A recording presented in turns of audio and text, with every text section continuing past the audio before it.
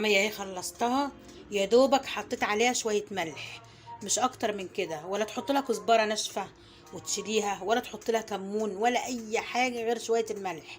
وانت بقى بتعمليها حطي اللي انت عايزاه، يعني حطي التوابل اللي انت عايزاه وانت بتعمليها. حطي الاكياس كده اهو، شوية الملح بس، لان لو حط لها اي حاجة غير كده هتسود.